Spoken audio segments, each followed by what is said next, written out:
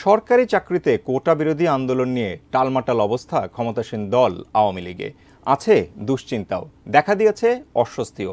স্পষ্টত কোটার পক্ষে প্রধানমন্ত্রীর বক্তব্যের পর এই আন্দোলনের পক্ষ বিপক্ষ নিয়েও আছে বিভক্তি। আওয়ামী লীগের অনেকে প্রকাশ্যে কিছু না বললেও তাদের অবস্থান শিক্ষার্থীদের পক্ষে। এখন তারা তাকিয়ে আছেন আদালতের চূড়ান্ত রায়ের দিকেও। আরও জানাচ্ছেন মোহাম্মদ সোহাগ বিশ্বাস। 56% যদি আমরা শুধু কোটাতেই চলে যায়, তাহলে কিন্তু আপনার যে মেধা, সেই মেধা বিকাশ সেটা একেবারে সম্ভব হয়। এখন বিএনপি কাজই হচ্ছে অন্যদের ইস্যুর উপর ভর করা।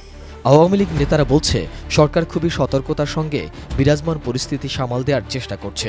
সতর্ক দৃষ্টি রাখছে বৈষম্য বিরোধী ছাত্র আন্দোলনের ব্যানারে চলমান কোটা বিরোধী আন্দোলনের গতি প্রকৃতির দিকেও।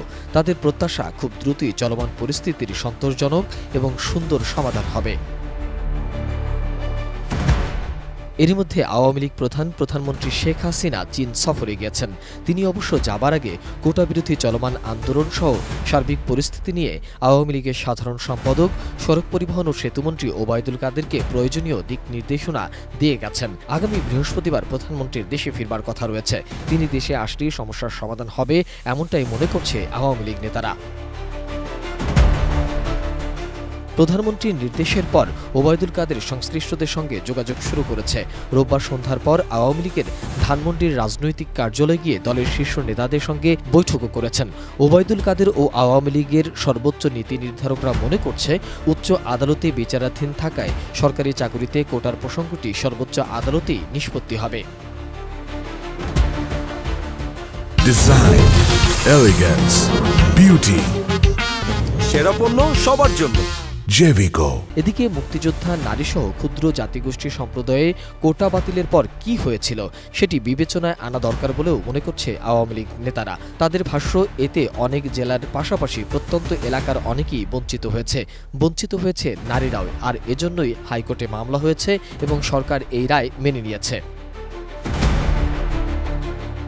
কোটা বাতিলের দাবিতে আন্দোলনরত শিক্ষার্থী ও চাকুরি প্রত্যাশীরা রাজধানীসহ দেশের বিভিন্ন এলাকায় বাংলা ব্রিগেড নামে কর্মসূচি পালন করছে।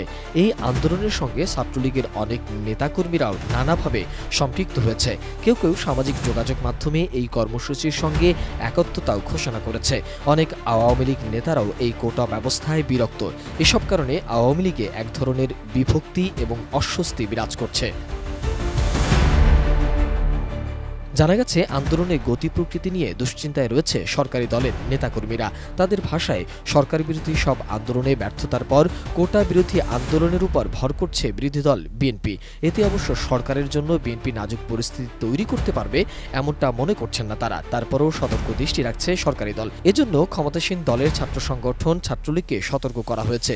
তবে শেষ পর্যন্ত কোথায় গিয়ে দাঁড়ায় পরিস্থিতি, সেটাই এখন দেখার বিষয়। মোহাম্মদ সোহাগ বিশ্বাস, এটিএন নিউজ, ঢাকা।